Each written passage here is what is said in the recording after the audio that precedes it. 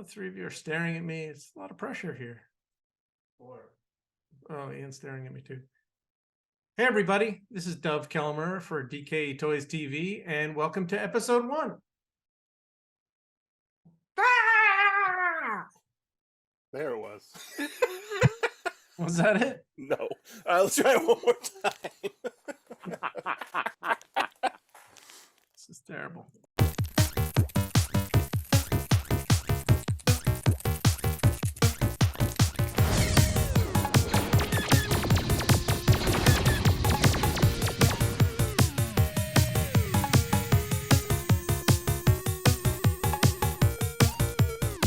Hey everybody, this is Dov from DKE Toys, and welcome to the first episode of DKE Toys TV. We have two co-hosts here that you've seen before. There's Janky and Scott Cherry. And we have a special guest host, and we hope every episode that we will have a guest host. And our guest host for today is Dan Goodsell. So welcome to the first episode. Let's talk about why we're doing this. I don't know why. No, I do know why, actually. So during pandemic, it was my wife Sarah's idea that we set up the booth here in the warehouse and do a virtual show. And we did that for 2 years, and it was fantastic. And some shows we stopped doing in favor of doing a virtual show every March called DKE Con, which is coming up on the 24th of this month. And for those shows, I sat here in this chair and my butt hurt for days because we did the first show, San Diego Comic-Con, we did for 5 days. 5 days. Ian was sitting there and Janky was sitting there and I was sitting here with my ass in this chair for 5 days, and we were just live, and it was cool because it was pandemic and everyone was home and there were people just watching, and just it was a fantastic experience. But now, as I don't want to say pandemic's over, but it's kind of over. People are back to work, and I don't want to say it's over because Sarah had COVID last week, but you know, whatever, that's life. The point is, we needed some other way that we could connect with our fans and our customers and the people and the artists in the community and still keep this element of community without doing a show for 8 hours a day, for 5 days in a row. I think we got it for New York Comic Con in 2020. We went to 4 days, and then by DCon we did 3 days, and then we decided 3 days was it. And then I think we all decided, like, we don't need to be here in the room. There's not enough people watching. The people have lives. They don't, when they were doing nothing, it was cool. So we figured if we could do one brief show every week, we could connect with the community, answer questions, show new product, interview some people, and figured that's the way to go. And the reason I asked Dan to be here is because Dan and I had actually talked about doing a show. And he said, "Dov, we need to do a show." And I was like, "I don't know, man. I'm not sure I want to do that." And he was like, "Yeah, we got it." And so I was on his show, and we recorded one. And he's like, "You want to do another?" And we did another. And then we did 3 one-hour interviews, which you can see on his YouTube channel, correct? Mm-hmm. And we talked about turning those into the first episodes of this other unnamed project. And it just seemed like, I don't know. It wasn't the right time, but now it's the right time. So welcome to DKE Toys TV. Dov really just created this whole project as a breakup letter with you, Dan. So he could say no to your podcast. We're faking this. This isn't real. I mean, my wife asked, my wife's like, "Well, what's going on with this?" And I was like, "Well, Dov's putting me on as like sort of the pity guest to sort of, to massage my fragile ego because he doesn't want to do a full-time show with me." I know for a fact that you have a huge ego, but I don't think it's that fragile. No, it's not fragile at all. I think you have experienced a lifetime of people stepping on you, and you just sort of like get up and do your thing, and you've been doing it a long time, and you just keep going. Yeah. I'm proud of you. We're all proud of you, Dan.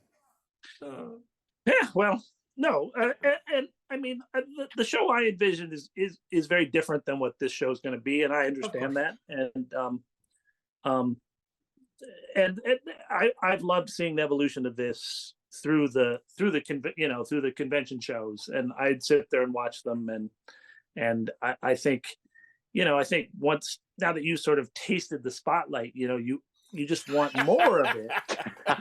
Your ego just demands FaceTime. It's like, pretty soon Jakey's gonna have to have like 2 or 3 cameras on you, the nose shot, the ear shot, the whole thing. We're gearing up for that. If you would have told me that I was going to be like pushing 50 and I was going to have my own YouTube show and I was going to be an online retailer, and like, I would never have predicted this is the opposite of everything I wanted to do in my life. I sold wholesale for a reason. So I didn't have to interact with people. I could deal with a store owner. I didn't have to deal with customers and customer service. Like, it was like I could sell a lot to a few people instead of selling like ones and twosies to all different people. And now we get orders every day, and we're like, I don't know. That's that. And then once our show schedule got to like 3 and 4 shows a year, and I was contemplating doing more, and then luckily I pulled back a little bit, but I was like, hey, I'm on the convention circuit. This is the opposite of what I ever wanted for my life. So you're welcome, I guess. Yeah. What was more of a clear vision of what you had seen for your life then? Ballerina. Well, let's take it back to the beginning. I think when I was 5, I wanted to be a fireman.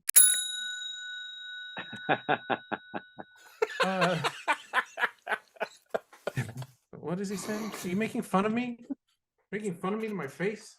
That was the other thing. That was the other thing I said to my wife is, I'm happy to do this because I'm going to be able to make fun of you a lot. Right.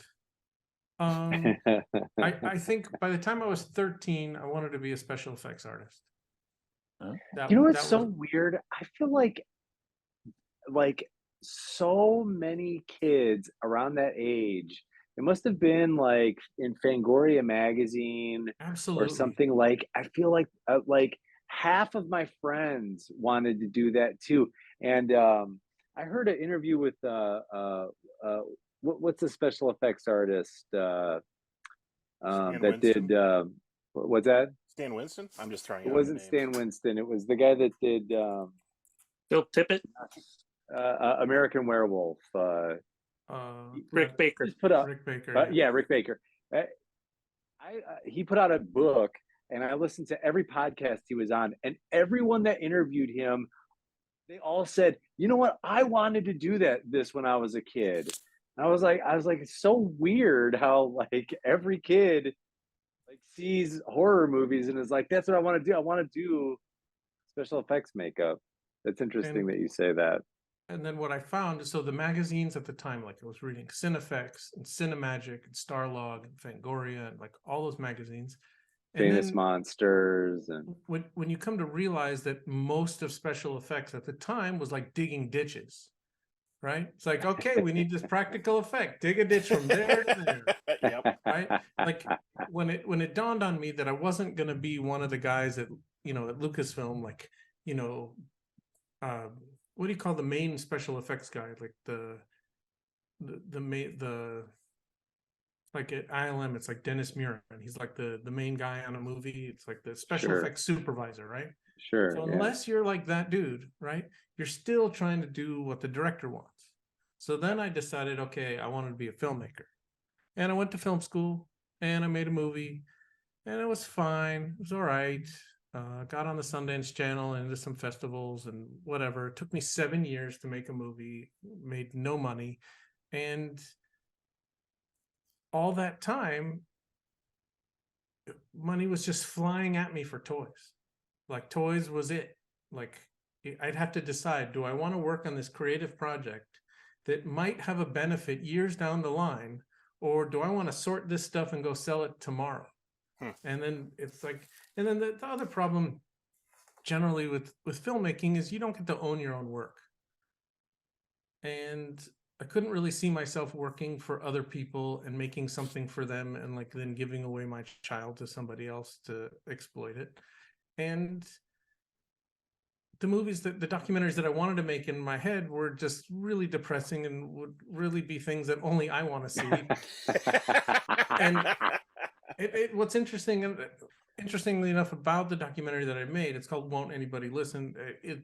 It's about a rock band that's trying to make it, right? And it's not about the rags to riches story. It's about the story of the hundreds of thousands of artists that come to Los Angeles to try and make it in the record industry, and how they deal with not making it. And nobody wants to see that movie.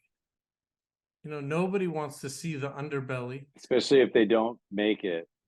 Exactly. Right. And so, you know, everyone wants to see hoop dreams, and they don't want to deal with, they want an escape. So I have another documentary in my head. I would have to make it when I decide to spend my life spending money instead of working to make money. And then today you can't even monetize it. You'd have to give it away for free. And so the idea of spending, you know, 10 years making something that's just debilitating and makes you not want to get out of bed in the morning. But this is fun, and, you know, being part of where I'm actually doing the same things. Like Sarah was a producer and represented films, and every time we do an art show, every time we make a toy, that whole producing, dealing with creatives, getting stuff manufactured, all that stuff, it's the same work. It's all, you know, it's still the job of a producer. Nothing's really that's changed. interesting. Mm-hmm. But what I mean, do you consider it a creative endeavor, this sort of thing where you facilitate artists getting their dreams out into the world? Is that what you consider that, or do you consider that just just a business? Absolutely. I mean, there's you know, the collaboration and working with artists, and, you know, they're like, hey, I'm going to do this, and I'm like, have you considered, you know, maybe doing this? And Right. And definitely, there's definitely some creative fulfillment there. And yeah, I agree. I still get up every morning and come to work, and I'm not like pissed about it. I mean, I've always thought you were more of a gallerist than a distributor anyway. I mean, you sort of... Well, I was a distributor before. Well, I know that, but I mean, in this incarnation of DKE, working particularly with the underground bootleg or art toy guys, I mean, you're much more of a curator and a gallerist than you are. I mean, you're distributing, but you're using that knowledge. But I mean, I think the creative side, and the side that I've seen feed you, is when you're working with the artists and getting them to hone their skills and providing them a platform, and, you know, that seems to be the thing that fuels what you're doing. Yeah, and there is some creativity in that, and it's always great when the stuff shows up and it's amazing. It's a terrible feeling when you think it's great and it doesn't sell, and some things you think are so and they sell out, and you're like, oh God, you know, it's like, that's, you know, that's just part Try of making this shit. Yeah, I feel like he was looking at me for both of those comments. Yeah. I absolutely was not. But you know what, that happens so much more than you think, where you're like, every time that you think, you're like, man, this is gonna be a hit, and it sits there like dog shit. Yeah, I can't predict hits, man. Like, I see something and I have to go with what I like, right? And I push for the things I like, and the stuff we make in-house and the stuff that we collaborate with people, it has to be something that I like. It's never just for the money. It can't be. No, that's when you're in real trouble. Yeah, and quite honestly, so being a gallery, like Janky's saying, it's a little different because we're working with a lot of different people all at once. It's not like, hey, it's Dan Goodsell's show and it's his show in the gallery for a month and nothing else is happening. So you are collaborating a lot with a lot of different people. I don't know, I was going somewhere with this, but I totally forgot. But let's move on, because I think we want these shows to be short. I think we'd like them to be like a half an hour to an hour. And, I mean, I like that we're like not even 15 minutes into our first episode, and we've already had an official Dove tangent. There's one time there's this other thing that happened, and then this one time there was a thing. Tangent with Dove. Blah, blah, blah, blah. I mean, you asked, you said how it started. So, and then the other end of the business also fulfills this other need, which is when we buy collections or estates on the secondary market and have to take those and piece them out to other retailers and stuff like that. So people walk in the door all the time with, you know, their collections. And we can go into this, you know, in future episodes, but there's a lot of people, as I'm getting older, are dying, and these collections are coming our way, and it's really disturbing, and tastes are changing. And as a collector myself, I'm struggling with the idea, like, as you go through these houses full of stuff, either because the person's dead or because they've just decided, like the last one, like Ian's giving me a look, but we just went to this one guy's house and we filled up a 20-foot truck full of stuff, and it's like, his wife said to him, if you don't get rid of it while you're alive, I'm going to give it away to everyone at your funeral. So he's like, come get the stuff. And so you know, that would have been an awesome funeral, by the way. Yeah, how do you get a ticket to that? yeah, really. My wife and I often joke that Dove is a part of my death plan, because if Dove's alive and I'm not, she's making the call, so she doesn't have to deal with all my shit. So I just call Dove, he'll sort it. There's this opportunity in there, you know. You're not the first person to say that. So I'm sure I'm not. it's sort of disturbing. Like I'm overwhelmed. Like I saw another collection on Thursday, and the ex-wife is handling it for the ex-husband, but its stuff was left to the son, so it was very young, and there's a whole apartment just full of like video games and DVDs and built Lego sets, 50 like buildings, and all, like it just stacked everywhere, and it's always a challenge. So and that's always interesting, like going through that stuff, trying to piece it out. I got a guy who does Lego, and I got a place I can take video games, and I got a place, you know. And every once in a while, this will segue very well here, is I find something that we can put on our website, and then I put it in this pile here. And actually next week's episode is going to be one of those episodes where we show off all of the one-of-a-kind stuff that we put on the site before a major show. So sweet. Anyway, so moving along, we're hoping to do this weekly show. We hope that it airs every Tuesday. We're going to continue with the interviews that we did before, the Janky's editing. We're posting those every Friday. And hopefully when we run out of those towards the end of the year, we'll start shooting some new interviews. So looks like every Tuesday and Friday we'll be posting new content. So anything else before I move on to our next segment? You're just you're just staring at me. It's very disconcerting. Yeah, I'm ready. Yeah, you're ready. Next segment, Dove. Hit it. On sale now. All right. Well, there's two things that are on the site right now that I've been waiting for. And one is the suck case number 2. So years ago, suck case number 1 we had made ourselves through another manufacturer in China, and we made them to fit a 6.5 by 8.5 figure, which is the size of a Sucklord figure. Most of them slide on the bottom.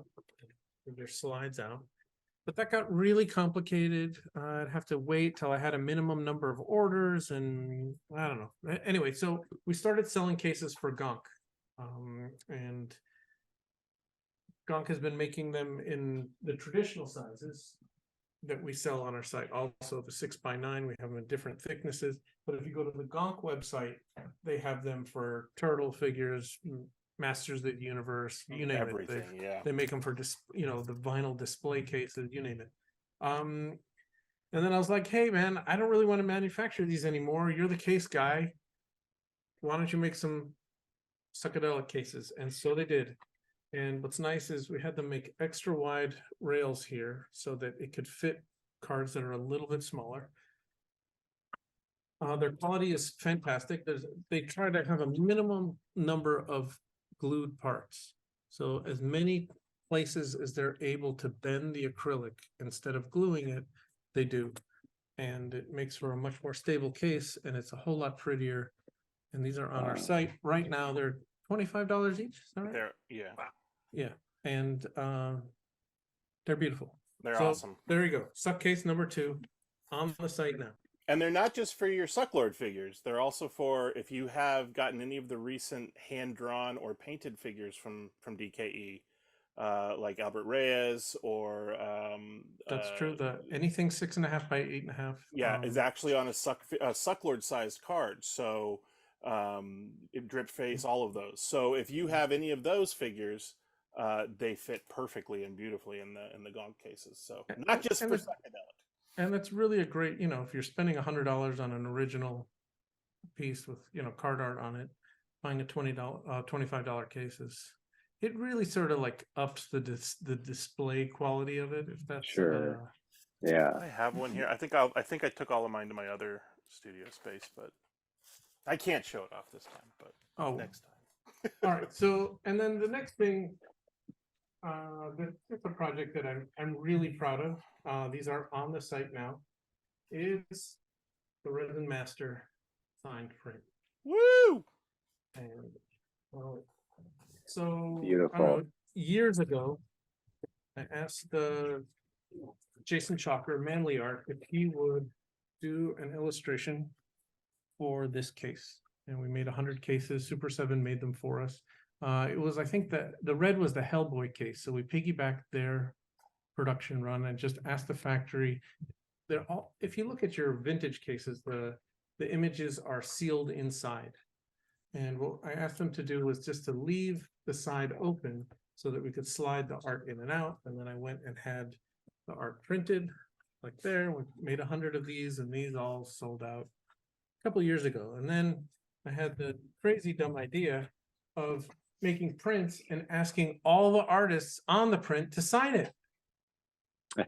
Famous last words. So that was taking its time, and then pandemic hit, and then the project got tabled for a while, and the very last autograph was Skip Bro, and he was having some issues and couldn't come to LA. Because the last 3 or 4 people I had to fly to LA to get them to, take a red eye, come in. They came here, they signed, it took them around LA for a few hours and took them back to the airport. But Skip Bro, I had to actually truck all of these to Portland and got them signed. And so it's signed by 27 different artists. These were all artists that I felt, it's called Resin Masters. I always say this, I'm going to say it again. Don't send me hate mail. It does not include everybody. It was difficult, but these are the artists that I feel I was collecting very early on in the scene. There was the Sucklord, and then there was this lull. Sucklord was 2004, 2005, and then no one's sort of doing this until 2010. For the most part, where you get Healy and Killer bootlegs. And then 2011, 12, 13, over this next 10 or 12 year period, we get a nice batch of new artists every year. But these were the artists that I felt sort of inspired me to keep collecting, and also had one character that we could identify with them. If that makes sense. So the Sucklord has, he's got the Sucklord. And Killer Bootlegs, he's got the Phantom Star Killer. So we tried to find a character. I worked with everyone to find a character that worked for them. So this is signed by 2-Bit Hack, Killer Bootlegs, Manly Art, who also did the artwork, 2 Toys, Billions McMillions, Special Ed Toys, Time Bandits, Janky Toys, 2 guys from Good For You Toys, Healy Made, Junk Fed, Acquired Taste, the Mark Ultra, Green Plastic Tunnels, Barbarian Rage, Buzzard Guts, Dollar Slice Bootlegs, Iconoclast Toys, Mock Toys, The Super Sucklord, Rika, Credenda Studios, Dead Greedy, Falcon Toys, Random Skull, Skip Bro. That was the order they were signed in. This is the certificate that is signed by me, because I witnessed each one of these people signing the print. Look, there's I framed mine. He framed his. And the certificate itself is really nice. And I just it's a beautiful print. It really gorgeous. is. It's amazing, yeah. And I think what's the best way to say this? It's ahead of its time. I think this is the one thing that we sell that people are going to look back and say, I should have bought that thing. because there's just a lot of legends on here that are the start of a scene, I guess is the way of putting it, and there's not much to really document that scene in that way, if that makes sense. No, Well, the I number- agree. the I num- think it is ahead of its time. Because some of the people on here don't even make toys anymore.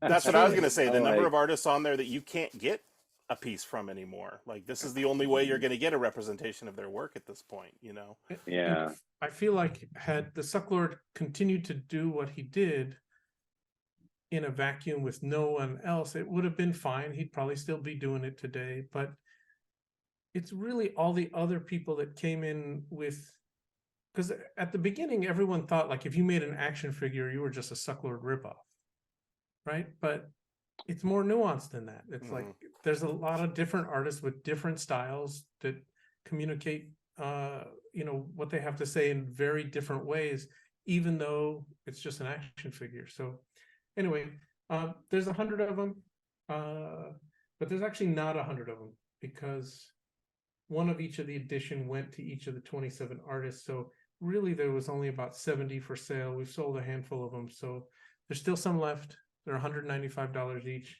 Seems pricey, but if you think about when you spend $100 on a figure, what you're getting and what you're getting here, I don't know. I think this is Well, also like it's also a beautiful glissé print, and like those are expensive because they're big too. sure. You know, they're expensive to produce. Yeah. Sometimes, especially in the autograph world, is getting all four of the Beatles on one album cover, right? Especially if they're all signed in the same era, right? It commands a lot more value than if you had like, the four dudes just on a scratched piece of paper and you put them all together kind of thing. And the same is true for signed cast photos of any TV show or any movie. It's like this stuff gets done, it's not worth a lot, like, and then shit happens, life happens, people start dying, and then it's not achievable anymore.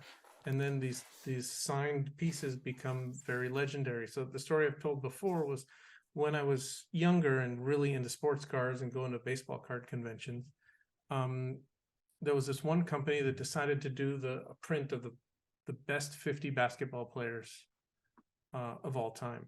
And it was the perfect time for this because 49 of the 50 were alive. I think only Pete Maravich had passed early.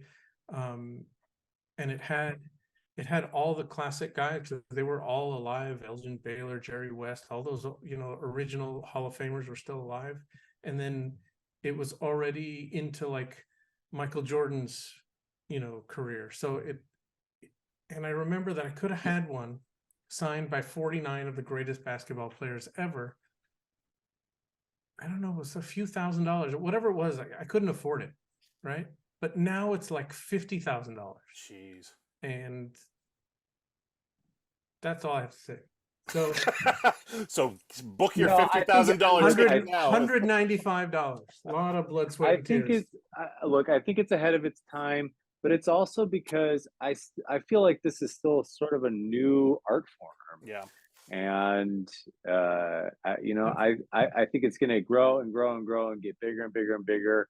And as it does, I think in 20 years you're going to look back at that and be like, it's going to be like, I can't believe Dove actually got all this together. I mean, the story that goes with it, and it's I can't believe that you went through all of that, and it just happened. I mean, I know you flew people in, and you flew out, and I did it. I did it because I wanted it, right? Because I mean, that's why. Anytime I'm involved with something, that's why you do anything. That's why all of us do this. It's because I want it, and I, in a way, like, even though I'm not a basketball fan anymore, I don't follow basketball, but that print still haunts me, right? And the idea that I could like be involved in a scene and be fortunate enough to know all of these people and be there at the inception and help these people along, is really it's pretty cool. Yeah. So I mean, I said this on Instagram, and I mean it genuinely. It's one of the coolest things I've ever been asked to be a part of. And and mine is hanging up in the living room, and framed in my other studio. Yeah. And I like that I hover right above Scott's head too. It's the blood from the severed limb dripping down in eternity on top of Rim. All right, so moving on here, just gonna try to keep the show moving. We've talked about it, like if it was a half an hour, it would be great. If it gets to an hour, that's fine, but our goal is to, if it gets kind of boring, Janky is committed to like cutting out our garbage. If Dan would stop interrupting, we'd be able to move here. But. So Dan, as our guest host, I think you have a book that you wanted to plug. Can you talk about that for a few minutes? Oh, just my latest thing is I wrote a book about one of my sort of secondary characters in the Mr. Toast universe. It's called The Adventures of Space Duck, and just spent the last year and a half working on it. It's a series of short stories on your secondary character. Well, I mean, I made up Space Duck when I was doing the original Mr. Toast webcomic. So he was like a character that, appeared 2 or 3 times, and then sort of he exists sort of separate, not timeline, but sort of separate universe from Mr. Toast. But he started in the Mr. Toast universe, and he sort of carved out his own complete universe. So Dan sends me an email. It's like, here's my new book. And I think like, oh, Space Duck. Okay, this is going to be several dozen, painted pages in a book he's publishing. And then I start scrolling, and it's like, this is just text. Like, the fuck's going on here? And I get to the end, and it's like 245 pages, and it's like, holy shit, what have you done? So when is this going to be available? How do people read your masterpiece? If anybody wants it, they can just contact me, send me an email, and I'll just send them, the book file, whatever the hell, EPUB file. But physical copies, I'm getting like 100 physical copies on Tuesday. Ooh. So I'll have those in my store. And then I also did like a little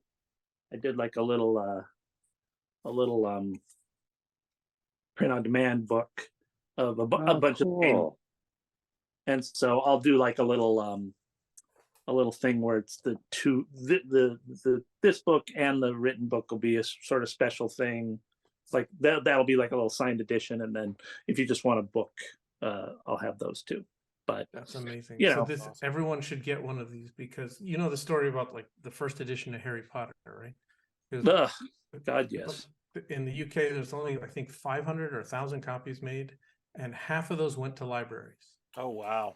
And so most of those libraries, they rip it open, they take the dust jacket, they put it in the thing, they stick all the tape all over it, and then kids read it and, write in it. And those copies are still worth thousands of dollars, but there's so very few like mint copies that it's, I don't know, how much is it, Dan? Do you know? It's like $50,000.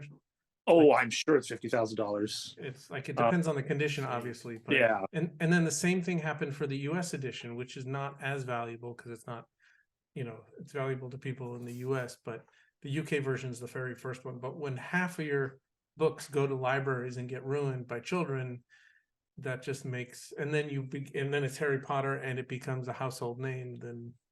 Well, and Harry Potter collecting, we can't even imagine it, because the kids that grew up on that are now, just getting to be in their 20s and 25.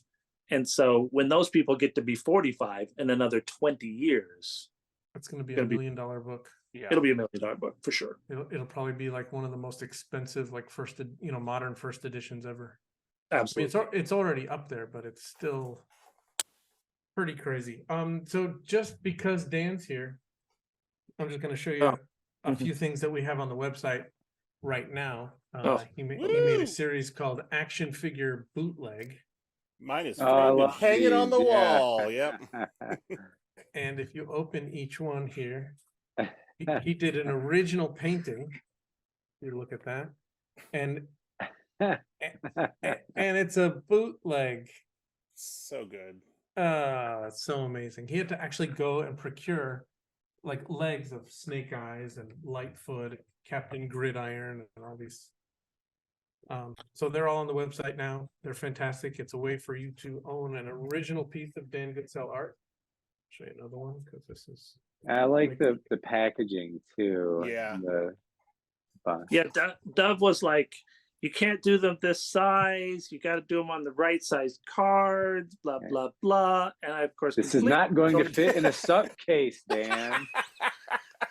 But he made a nice little box, and the box works. And then he signed it on the front and wrote the name, and it's just.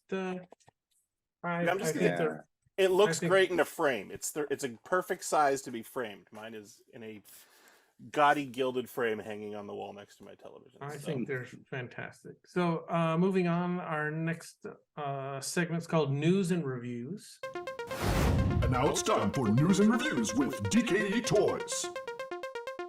I'm gonna show you a few things that I've gotten recently, but just to let people know, like artists that are watching, that was Ian just totally eating shit off the floor. If you heard that. We need the Ian cam. Yeah. Him every time he bites it somewhere. Is that I'm gonna show? What was I saying? I was gonna show some stuff that I've gotten, in the past week, and then, but unfortunately for all the people watching, we are not taking submissions for news and reviews. I feel like that's not for us. Not interested in people sending in their work and us reviewing them. That's just not what this show's about. So, sorry. Why don't you just call it Dove's Mailbox? Dove's Mailbox. Fine. There you go. Okay. So if you know me, I like inappropriate Star Wars toys. And at Star Wars Celebration, I don't know what year this was, 2010. The people in licensing decided to make Slave Leia perfume. Wow. Gosh. Now, that's an official product. Huh? It's an official product. And I did not know about Slave Leia perfume until 2022. Wow. And then when I found out, it was smell like, good? Oh, it stinks like shit, dude. It smells like Jabba. I mean, so here's the perfume inside. It's got the little chain around its neck here. Oh my god! Wow. I tried taking the metal off to pour this stuff off because as it seeps out, it's sort of like ruining this little piece of plastic right here. If you can see it there, fucking stinks. But it's so amazing. Every once in a while you can find them on eBay, $20-25. They're not in good condition. They don't last. I don't know how. I have to get I started back. We have an industrial sink in the corner of the warehouse, like a big metal sink. So I turned on the hot water and I started spraying. Hopefully I could get this shit out of here.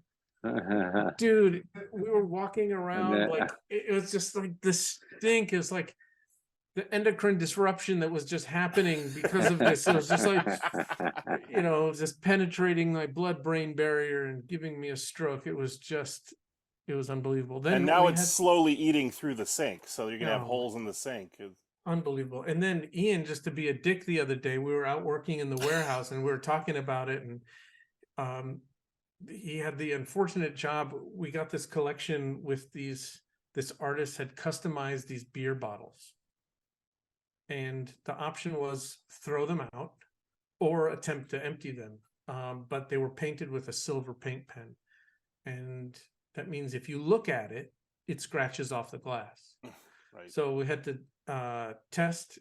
He brought another beer bottle from home and tested a sealer on it to see if the label would survive, and then if the silver would stay on the glass, which he did. And then he had to cover them in plastic and then open them and pour out this 10-year-old beer.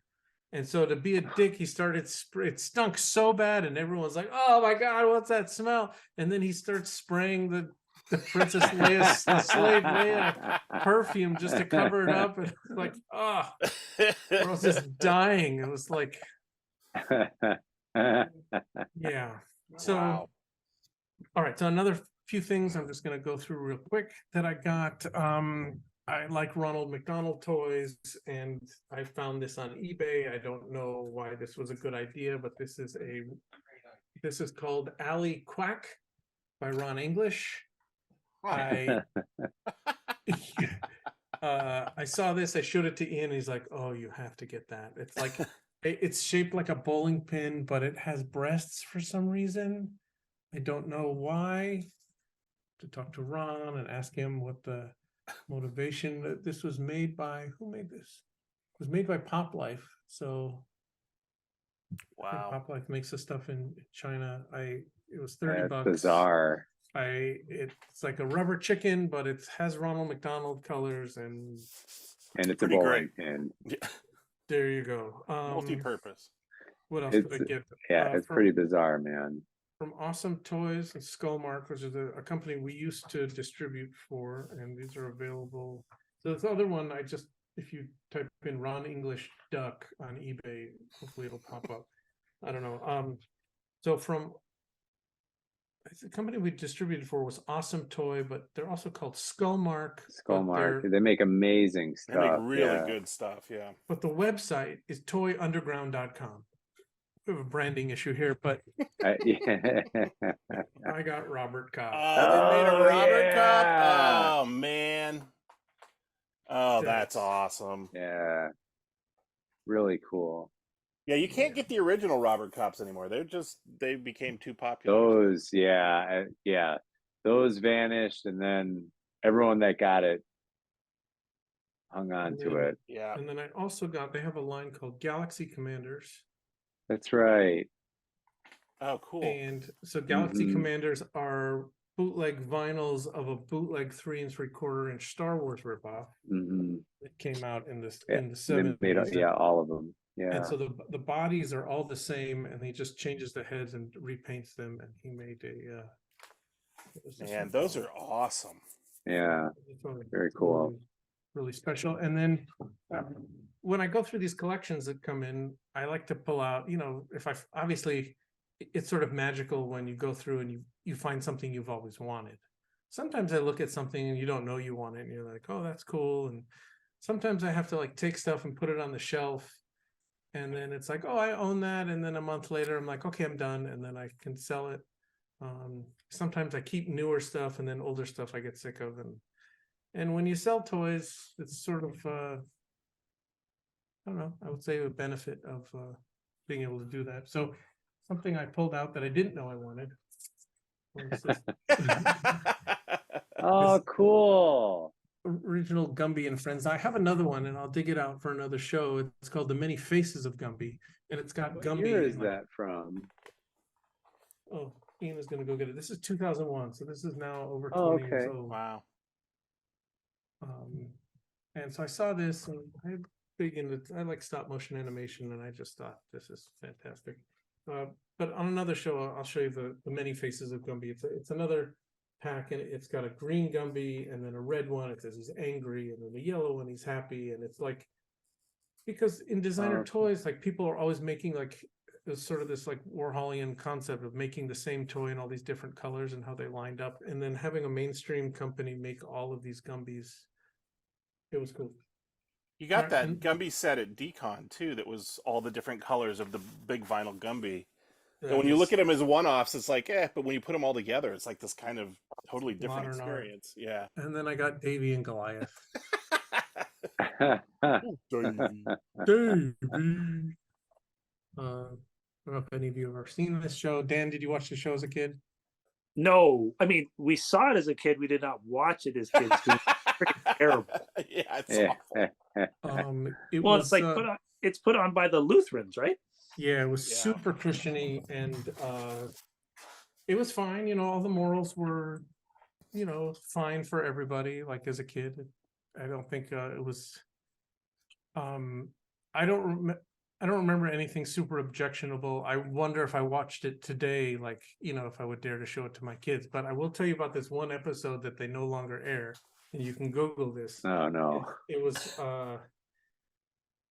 Davy was upset at another kid, and he was having these fantasies of like tarring and feathering him. Oh, it's fucking brutal, man. So just go Google Davy and Goliath tar and feather, and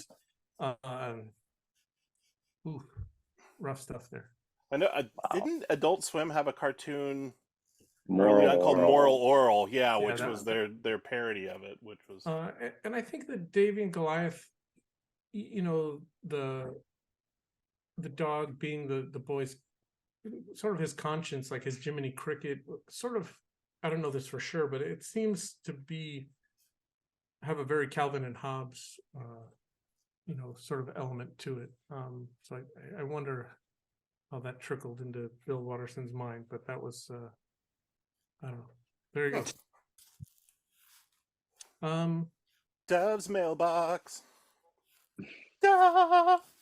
I just wrote the Dove's theme for it right there. Oh, that was amazing. You're welcome. All right, so I guess in future episodes, maybe Janky and Scott will have some more news for us. But you guys got any news? What about the whole Funko thing? Oh, yeah, that was. What's Yeah, the I read Funko that thing? today. Go ahead, Dan. Well, Funko's doing a big they're destroying a ton of. They're going to just dump a bunch of product, like get rid of it, to do like a write down. Their like, Atari ET video gaming, like a ton, like $30 million. $30 million worth of product inventory. Yeah, they're tossing into a landfill. I mean, companies do that all the time. They usually don't announce it. So this sounds very I mean, because the IRS basically, I'm not an accountant and get advice before you start destroying your inventory. But if you have inventory sitting and you don't want to sell it off to a liquidator for $1 because you don't want to devalue your product, if you prove that it's destroyed, then you can get those off the books and write off your loss. Yeah, 30 million worth is the 30 million. Yeah, so the fact that the fact that they're announcing that, to me, is very I don't know how much it was in I guess because apparently it came after. It was in an earnings call. What was that? It was in an earnings call. Yeah, that they mentioned it, and I mean that whatever the numbers are and whatever that means, it's more of a messaging, where this message has gone out to everyone on Twitter that basically they consider their own product to be garbage. Yeah, and I mean, you understand what they're doing, but when it sifts into the cultural brain, I think it's incredibly damaging for the brand. That's my thought. Maybe, but that's not actually where I go. Like, where I go is I think of like Star Wars and Yak Face, and how there are hundreds of thousands of them sitting in a dump somewhere in the UK, and people always talk about this mythical, like, digging in the dump and finding all these Yak Faces, and Yak Face now, in nice condition, graded, could be, I'm talking about a loose one, could be $1,000, and it's one of the rare figures. And so in my mind, and maybe this is not, on their radar, but if you think like whatever was destroyed, they make 10,000 of something and then they destroy 9,000 of them because they didn't sell, and now there's only 1,000. That kind of stuff sort of percolates into the collector sphere. Yeah, it's sort of like the mindset of the collector. But you're thinking about it from a standpoint of the sort of 2 or 3 positive relationships, the ET cartridges, that Sure. one, where it sort of means something to collectors and only becomes that 20 years later. Sure. This is a thing that they've not intentionally, but I think has sort of sifted out there. And you read the comments from all the people, and they're all like, these are all garbage. It's just like when Beanie Babies collapsed, there was definitely a thing that occurred. But okay, then here's the other thing is, if you go to that article where it's like Funko is gonna trash $30 million worth of stuff in a dumpster, and everyone's like, yeah, good. Yeah, good. But then if you go to the Funko like Instagram, everyone's like, oh, hey, when are you gonna put out this? When are you gonna put like people are excited for the Funko? Sure. So I guess it depends. I mean, people still love those things. I mean, if they can still clear a profit after dumping $30 million with the product, I mean, they got to be doing something right. Well, their stock price apparently plummeted. So yeah, and their stock price probably plummeted because of the story. Right. But dumping $30 million. Well, I think it was because the earnings report was bad. Like they had. Yeah. My basic understanding is they're like they had like a 58% increase in inventory or something like that. That means they're making stuff and it's not moving. It's so not if they moving, destroy it, that's actually to get the books back in line to look more profitable. But yeah, I don't know. Whatever. The point well taken though. I do know a lot of people that work at Funko, and they get their livelihood from that. But I'm also sort of tired of going to shows and stores and just seeing this monolith of pops everywhere. I'm done. They make good board games now. I gotta say, they've been putting out some really good games. But I mean, they've tried everything. Yeah. It's like the pop was their thing. They've tried doing the apparel, and they've tried doing plush, and they've tried, doing Playmobil with all the different licenses, and they just keep throwing stuff against the wall, and nothing works. It's just the pops and some blind box here and there. But good for them, Not for me. Yes. Yeah. That's a very, politically astute way of saying it. It's like the Robert Williams. I mean, people love to shit on them. Yeah. Well, look, and I'm not going to. Good for you. It's like, yeah, it's what Robert Williams said is there's no such thing as bad art. It's like there's good art, there's great art. I disagree there. and stuff that's just not for you. And so, not for me. I try to take the approach I take with my 5-year-old, which is don't yuck someone else's yum. Somebody likes it. There's a reason they like it. You don't have to. So don't yuck someone else's yum. I do actually own some Funko Pops now. I got them in a collection. Yeah, someone died. Do you want to see him? Hold on. Is it a Dove Funko Pop? Is the gray T-shirt Funko Pop? And now that I've said that out loud, how long until someone makes a great T-shirt Dove Funko Pop? No one's done that yet? That's insane. I don't think so. That's do a what pop? The Dove Pop with just a gray T-shirt and. That's crazy. Give it exactly 1 week. Yep, free idea. Because I'm sure second episode of this show, someone will have the Dove Pop. I have a bunch. Because there was a period of time where like the only Bob Ross toy you could get was a Funko Pop. The only Mr. Rogers toy was. So I bought a bunch of like my childhood favorites. Oh, that's pretty great. And that's yeah. Okay, those are some of the better ones. And I feel like that's the secret to their success is that they create merchandise where there's a vacuum. Right. I always say I think that they were the first ones to make like Twin Peaks. He almost looks like Mac and Me. Yeah, that one. That one. It looks like Greedo on Quaaludes. Okay, but look at what's happening here. This is not Hammerhead from the movie.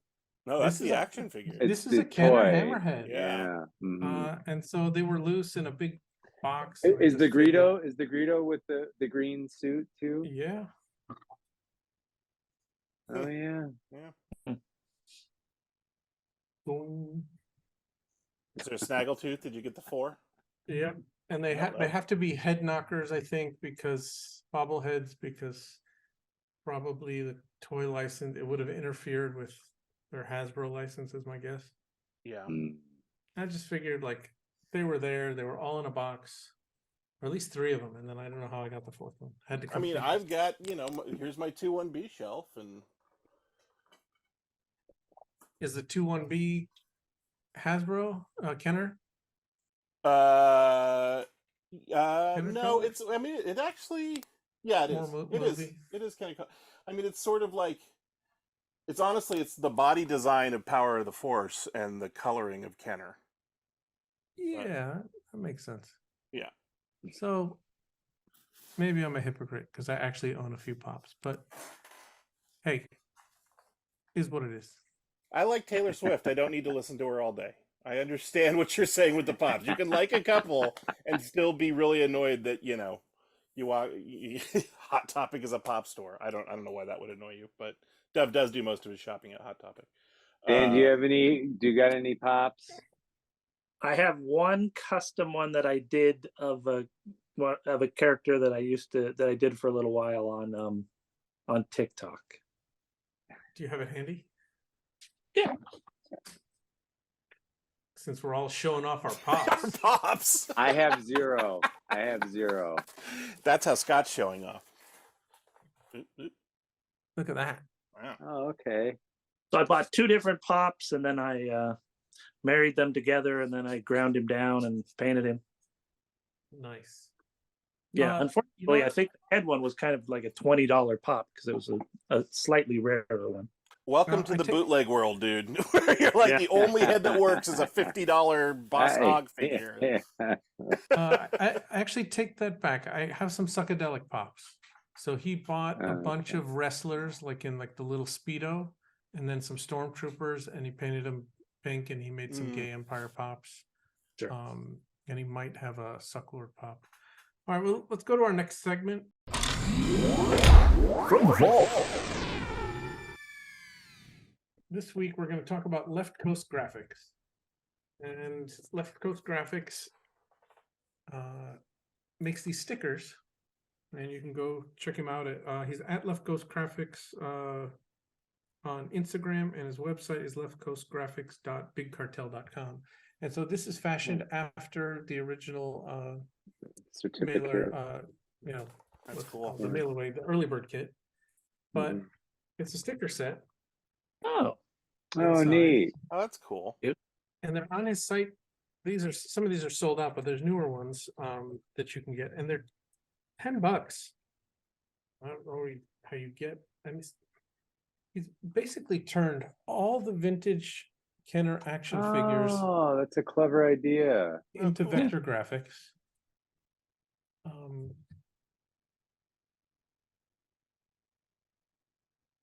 And puts them in these little folders for $10.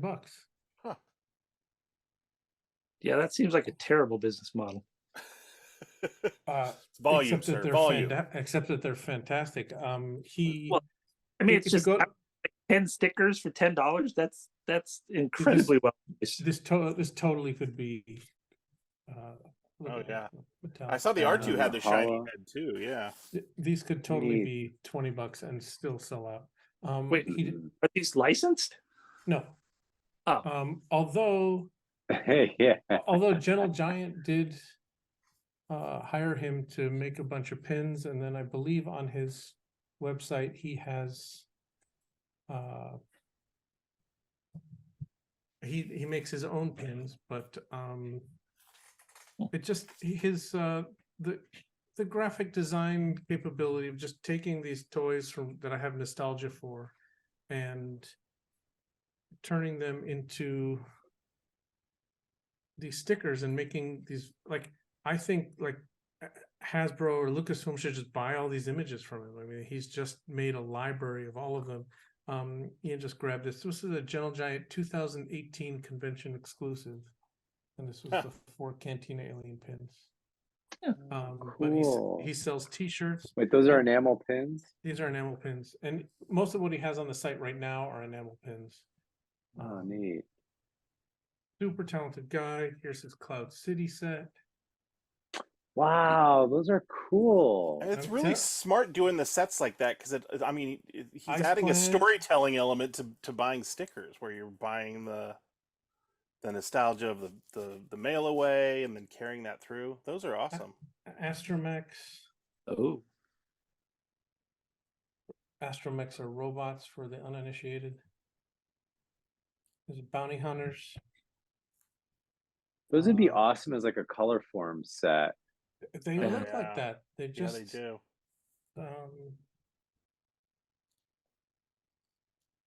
Oh, that's cool. Wow. I believe that this is the one that is still on his site. Right now That's for the one I need to $10. get. That's awesome. Really fantastic, super talented guy, does great work. We were trying to negotiate him doing a 12-pack of all of the Sucklords characters, and he had designed a few of them but the cost was just, I wanted to print them in China, and he was pretty adamant that he didn't want that, and I totally respect that. Which I infer from that these are all made in the US, and he's making them by hand, which is just another level of mind blowing.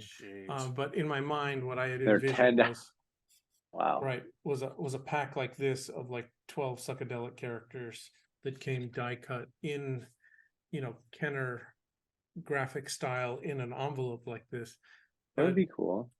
It just, I'd have to make hundreds of them, and they would have to retail this. I don't know, maybe one day, I hope. But anyway, if you are on Instagram, you should give him a follow, Left Coast Graphics, and go to his website, leftcoastgraphics.com.big cartel, and support the dude, because he does really fantastic work.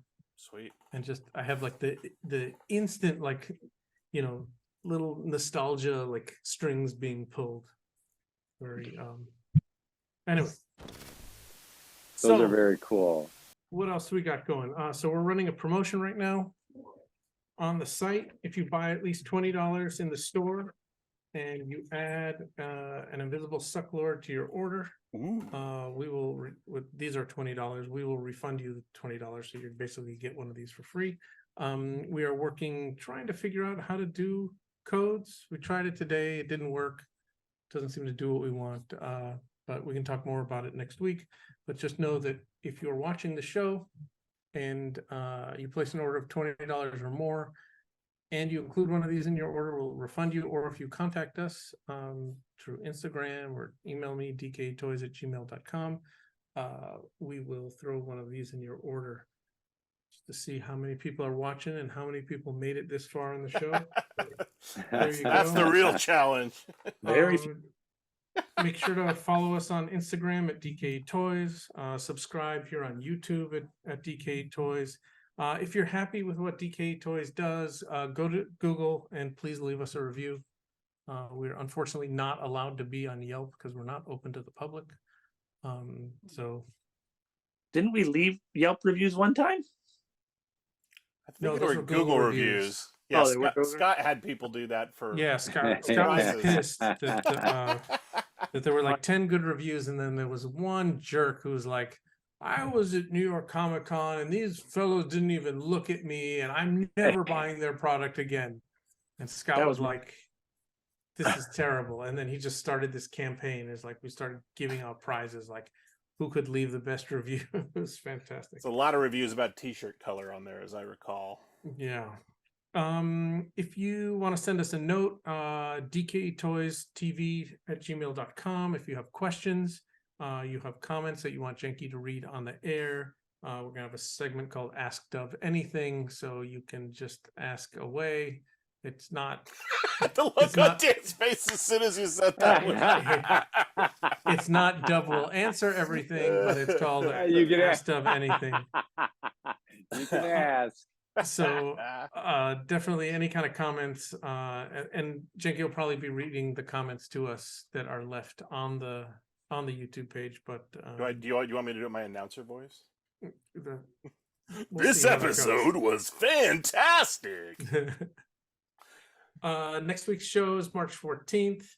That's going to be a special show. We're going to have Robert from Screws Toys on, and we are going to be covering all of the new old stock and resin toys, the one-off resin toys that have come in over, I don't know, since the last show, so past 4 months, and all that stuff that gets posted right before the exclusives get posted. So everyone sort of loves that show. It's sort of a mix of collections of resin figures that we've bought back, and then sometimes some vintage stuff here and there. So we're going to go over all of that. Our third show, March 21st, we'll have George Gaspar, and that will be the DKE Con review show. Oh, And great. Yeah. we'll I be just showing- saw George over the weekend. Oh, yeah? Oh, because you were back east at ZoloCon. How was that? You know what? It was amazing. That's an amazing show. It's in a decommissioned centrifuge. It's like a old NASA training facility, and it still has the giant centrifuge in there, and there's like all these like old like computers and like control panels and stuff from the 60s So and cool. 70s. It's awesome. It was awesome. amazing. And the show was good too. Nice.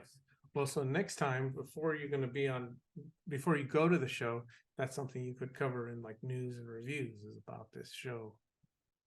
I guess Yes. you're doing a sort of a review now, but it's in the wrong part of our show. Yeah, but by the time this airs, it will be like 3 weeks ago. Oh no. Time travel. Yeah, and then on March 24th at noon is when DKE Con starts. That's when all 30 plus exclusives will go on sale, and we will be here. This is a pre-recorded show that's edited that is going to air hopefully every Tuesday. But on March 21st, we're going to be live probably about 11:30 before the stuff goes live at noon, and be on here not for an entire day, maybe for an hour or two, and watch the sales, answer any questions that people have. You're not going to go live all day? No. You know, Scott wants people love tacos. That. That's- That time has passed. And that's the purpose of this show. I'd rather spend the time doing a show every week than sitting here for 8 hours. In a Jerry Lewis marathon. And here's the thing, we did those primarily, it turned into just wanting to record interviews. Yeah. And then it got to the okay. point where we had a backlog of 60 interviews, and now we're releasing one like religiously every week. Janky's like on top of it. So we created That's a generous, lot of but content. they're coming out. Yeah. They're coming out every week. Yeah. We haven't missed a week since we started. No, I now need to get caught up because I think we have one banked, so I need to get. Anyway, you're doing some it. really good interviews. The interview with Jim Mahfood that Jim just Moffat launched. just posted. Oh. Just Awesome. posted today. Yeah. So by the time you see this, it will be the previous Friday. That one's great, and then we've got some really interesting ones coming up. Back from the very first DKE Con, the solo DKE Con in 2021. Right. So that's where we're at. So a lot of talk about pandemic, but you know, Hey, is we what lived is. through it. And hopefully by the end of the year, as we run out of interviews, we'll start recording some more. So, and maybe combine that with, guest hosts and stuff like that. So we'll see. Ian will be live with us on the 24th. So just stay tuned. March 21st, you're going to see all the exclusives here. And March 24th, they will go on sale, and we will be live during that sale for several hours. That's it. I think that covers everything. I am done. Woo! Excellent. We did it, you guys. Wow. Yay. Very good. Yay. Thank you, everybody. Thank you, Janky, for putting this all together, and Scott and Dan for My pleasure. holding my hand through this first episode that was really hard for me. You did great, buddy. Thanks, man. And email Dan to get a book sent to you. Yeah, Yes. if you look, email me. Follow me Buy on the hard copy because there's only 100 of them, and when those go in the landfill, those values going to go up. I think you should sign and number those. Ooh, yeah, I think that's a good idea. Yeah. Well, Call sign it a number. first- Call it first edition, and then when you sell out of those 100, then change the cover and make that the second edition. I'm still trying to figure out what Space Duck Prose sounds like, so I actually really want to read it. Just to, how did you write Space Duck stories? What is Space Duck's voice? It's closest to sort of 60s science fiction, sort of mixed in with some a little bit of Douglas Adams kind of humor. Cool. Oh. I'm into And it. there's no So Mr. Toast in it? No Mr. Toast in it. No. No cameo appearance? No nothing. No, it takes place in the year 2615, and so we sort of it's sort of a whole universe building thing. So I've sort of created. So Mr. Toast is dead, is what you're saying? No, I didn't say that at all. Oh, he's alive in 2615? No. He's just stale. We're entering the Toastiverse here. It's the whole multiverse of. Yeah, it's just sort of my homage to what I love in science fiction. And so, like, one of the stories starts off with where they have to go onto a spaceship and rescue the princess, which is inspired, and that the name of that one is "You're My Only Hope." And so it sort of starts out as a sort of Star Wars homage, and then sort of goes from there. So a lot of the things I do is looking at media stuff that I love, and then sort of taking it and moving it in my direction, and then sort of making fun of things. Nice. Into it. Well, Sounds great. Can't wait to get a copy. Yeah, me too. Yeah. I want a physical An copy. actual copy. Dove wants signed number 1. That's That's right. number one. Dove, you want number one, Dove? You can have number one. Want number 1 out of 100. That's right. Okay. All right. Well, we tried to keep the show short, but hey, It's the first episode. it's good conversation, and I appreciate you guys, and thank you for the support, and see you all next week. Except me. So- Oh, no.